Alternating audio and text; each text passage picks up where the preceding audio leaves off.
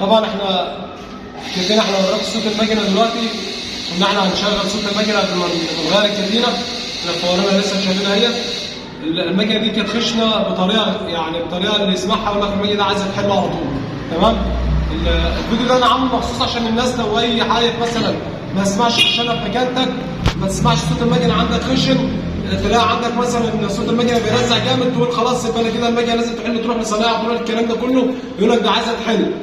طبعا انت سامع صوت المكنه فيها شخشخه جامده فيها خشانه، خلاص الراجل كلامه صح هيحل. هو من طبيعه انه هيحل كده كده الكتانه بتتغير وتروح بتسيب تتغير مش عارف ايه، فالمكنه هتنعم معاك تقول فعلا ده كان العيب من الحل الموتور اللي انا حليت. لا، المكنه دي لو كنت تسمعها قبل ما اغير الكتانه دلوقتي لسه شايل الكتانه دي وسمعتك صوت المكنه بعد ما غيرت الكتينه، لو انت كنت سمعت صوت المكنه دي قبل ما اغير الكتينه كنت تقول المكنه دي اكن فيها بيل بالظبط تحت، اكن فيها حدافه. تمام؟ فانا بقول الفيديو دوت او يعني ايه، ده عايز اوضح لك ان مش اي حاجه تلاقيها في مكانتك مثلا خشنه، في مثلا صوت زن في مكانتك يبقى عايزه تحل. لا، ممكن يكون عندك شداد الكتينه، ممكن يكون الفبره بتاعته مكسوره بيعمل عندك صوت رنه تحت، وممكن يكون عندك التكييفات مبوشه جامد، واكتر حاجه بقى الكتينه. في ناس كتير تقول لك الكتينه احنا بنعرفها لما بتتغير، ركز معايا عشان المعلومه دي مهمه جدا.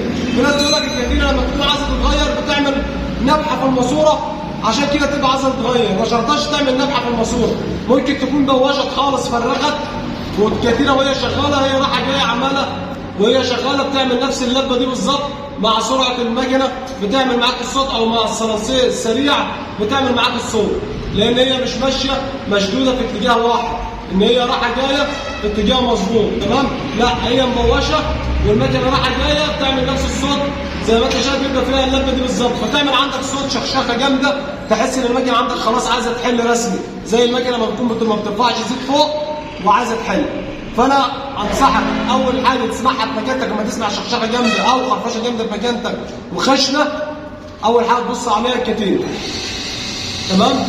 الكتينه عندك مفرغه ولقيتها خلصانه غيرها، سليمه بص على شداتك، بص على زيتك، بص على ضغط زيتك وحاجتك.